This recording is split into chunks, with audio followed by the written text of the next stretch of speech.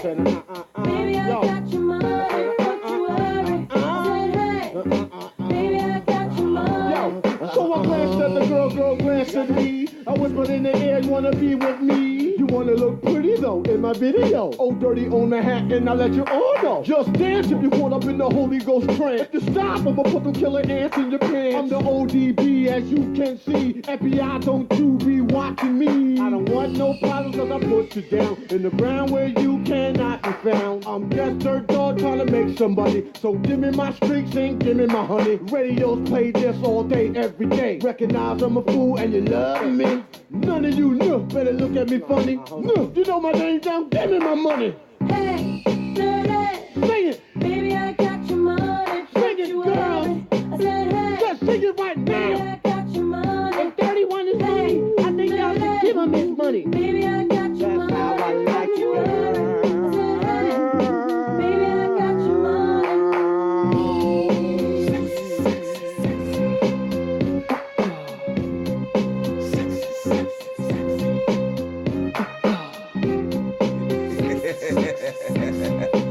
What up, everybody? Welcome to this week's NFL Report with your absolute favorite football guy, Mr. Cowboy Nation, all the way in the building. 2 feet, 10 toes, you did? All right, so let me clear this up. It's not a wig. Yes, I do still have my dreads. Don't judge me. All right, so that being said, man, wild card round is in the books. And with that comes crying Jordan / Cornmeal. Well, how we get down. So let's get into it. First, we got the Kansas City Chiefs blowing a 21-3 lead. No Travis Kelce, no offense. Kansas City, come on down.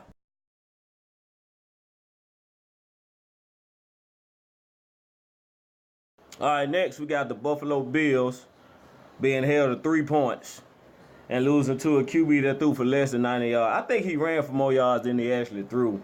So, with that being said, Buffalo, come on, get this L.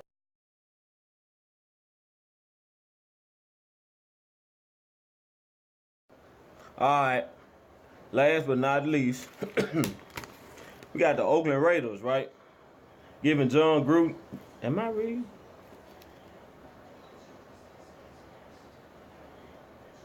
$10 years, 100. They gave John Gruden 10 years, $100 million. What the hell wrong with you, man?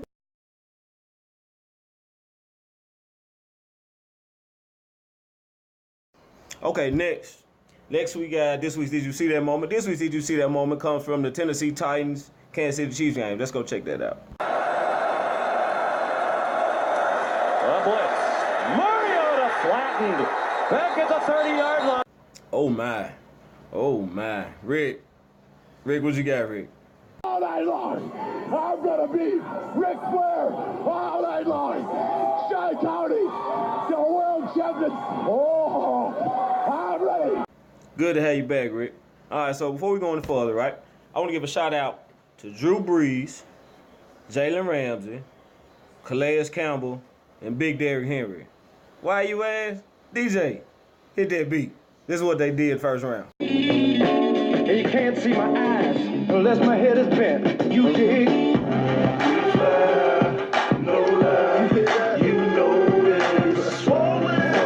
All right, so tonight we got the national championship. Alabama and Georgia, which I refer to as the real SEC championship. And for all y'all that's out there that's been hating on the SEC saying it's a weak conference, see tonight's game. We're getting off track. I call this one the real SEC championship game because of all the marbles, right? So this is how I see it turning out.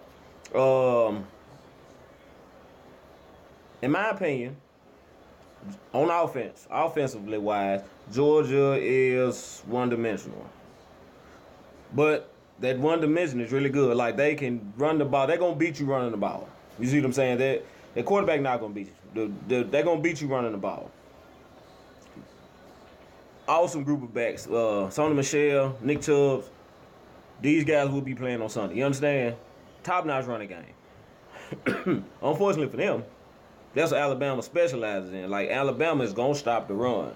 So, in order for you to beat Alabama, you're going to have an explosive running game, which rarely happens, or your quarterback is going to have to play out of his mind. And I don't trust a true freshman quarterback playing out of his mind. And if I had to put money down, I would bet that Alabama's going to stop the run tonight. You see them? Like, that's what they do. So I don't trust a freshman quarterback against Nick Saban's defense. So with that being said, here's my prediction for the national championship game tonight. All right, so now that we got that out the way, we can talk about Wild Card Weekend and the upcoming divisional round. My thoughts on Wild Card Weekend. Two things stood out to me. Wild Card round. There was the Jacksonville Jaguars defense and Drew Brees. Those two things just leaped off the TV at me this weekend, right? So I'm gonna start with Drew Brees. Drew Brees is not getting the love he deserves. If I'm not mistaken, Drew Brees is up in age as well. Like, they're talking about Tom Brady playing till he's 40. If Drew Brees ain't 40, he's knocking on it. You see what I'm saying? And he's still playing at a very high level. You see what I'm saying? Like, you watch him throw the ball, dude, he rarely throws a bad ball. All of the balls hit the receivers right here. If they open, the ball is coming right here almost every time. And if they not open, he putting it to where only the receiver can get it. Like, his ball placement is unreal. You see what I'm saying? And now it was amazing watching him play yesterday.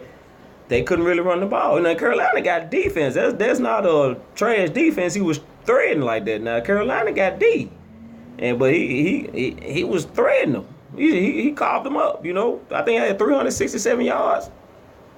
You know, man, that's that ain't nothing to sneeze at. But the thing I'm worried about with with New Orleans is I think they lost 2 O-linemen in the game, and I hope their backups ready.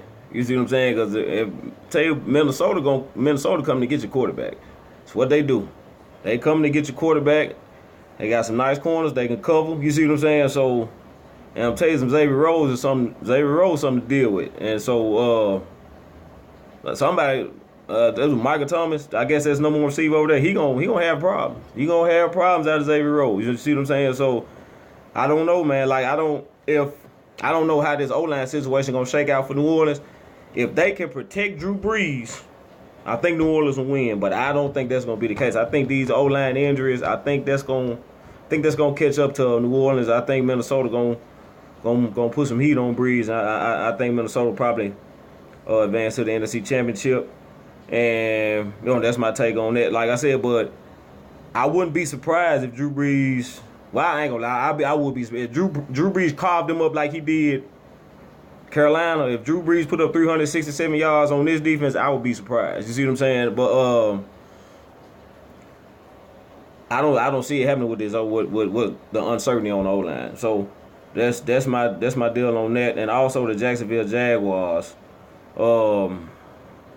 Dude, that defense something serious. You understand? Like Calais Campbell and Jalen Ramsey, that combo there. Woo. Woo. Man, it seems like Calais Campbell's in the backfield almost every play. You see what I'm saying? And I'm going to say this. I don't throw this term around lightly at all. I can think of 2, maybe 3 guys I've used this term with. Darrelle Reeves and Deion Sanders, shut down corners.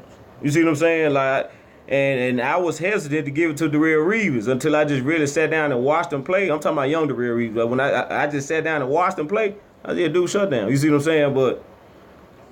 And like they were saying, Sherm not a shutdown. Richard Sherman not a shutdown because he don't travel. You see what I'm saying? Marcus Peters, to me, he not a shutdown because he don't travel. But Xavier Rhodes, I'm kind of, if Xavier Rhodes start traveling, I might end up using that term about Xavier Rhodes. And Marcus Peters start traveling, I'll probably end up using that term about them two. But I don't really see them travel. But Jalen Ramsey travels, dude. He travels, and whoever he on, you can count them out. like that dude. That dude there got real live clamps. And And I'm sorry, man. And Pittsburgh, I told y'all this. Y'all, that's the team y'all don't want to see. You see what I'm saying? That's the team y'all don't want to see. And I know Blake Bortles look like hot trash, but that was the Buffalo Bills defense now. Buffalo got a top-notch defense, and they can stop the run. Pittsburgh, y'all do not. Y'all, you say what you want. Y'all defense not top-notch. It's suspect. Y'all can't stop the run. You see what I'm saying? And that's really why Blake Bortles look so bad, because they're one-dimensional. But if you give him a running game and you take the swirling wind away, they basically had both quarterbacks looking like trash. You got a problem. And we know this defense been doing this all year. You see what I'm saying? So we know what this defense gonna do. This defense gonna come get your quarterback, dude. And I've been hearing a lot of y'all saying, well, Ben ain't gonna play that bad again this time. Nobody giving credit to Jacksonville. After seeing that defense, I see why Ben threw 5 picks, dude. I see exactly why Ben threw 5 picks. And Ben, dude, this ain't the best defense in football for nothing. I see why Ben threw 5 picks. You getting heat like that on quarterback and you got 2 bookend corners like that covering, you gonna throw some picks. You gonna throw that there, especially the way Pittsburgh run the offense. They pass happy. They got one of the best backs in football, but yet they pass happy. I don't understand it. But I don't know, man. Pittsburgh, I think y'all need to be worried. I really think y'all need to be worried, because this defense is for real. And all Blake Bortles has to do is pretty much not turn the ball over, man. And if Blake Bortles don't turn that ball over, he may have to make a throw or two here or there. But Blake Bortles ain't gonna have to throw for no 300-400 yards. If they running the ball, he can get away with. He threw for 90 yards and they beat y'all 30-9. You see what I'm saying? So all he had to do is not turn the ball over, dude. Because I'm telling you something, this defense is something serious, man. This defense is something serious. So I really think Pittsburgh, y'all should be worried. I know y'all gonna try to be all bravado and beat your chest and try to fake like you ain't worried, but if I was y'all, I'd be worried. If I was y'all, I'd be worried, man. So that's it for me. I'm finna get on out of here. I know a lot of y'all got questions about the Kellen Moore situation, what I think about it, and I'm gonna leave that alone for now. I'm gonna leave the Kellen Moore situation alone for now. But what I do want to get into is our Crosstown podcast. This month we'll be doing Baltimore tight end Benjamin Watson. Wrote a book entitled Under Our Skin, and it's dealing with a lot of social issues, basically centered around race. You know, race is a very sensitive subject. You see what I'm saying? So, and that's the book. That's the book we will be doing a study on this month. You see what I'm saying? So, we'll be tackling a bunch of social issues, basically trying to get around the barriers of things that's dividing us and try to get some common ground between one and another, So we'd love to hear from you tomorrow, 6 p.m. It'll be on my page. I will share it'll be a live stream. So we'd love to hear from y'all. And please tune in. Please comment. We'd love to hear from you. Once again, thank everybody for the support, man. Last episode, I did over 700 views.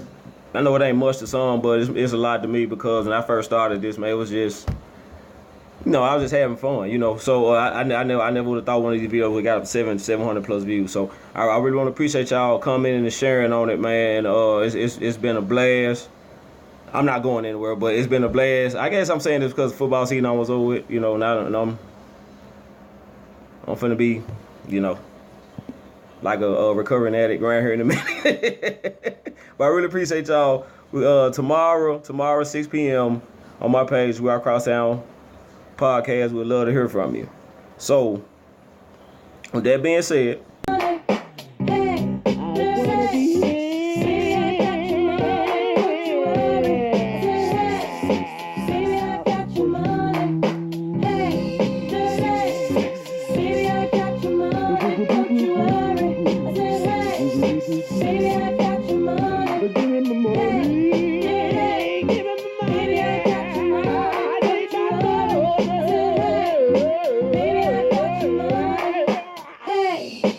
greatness lives. I feel willing to go.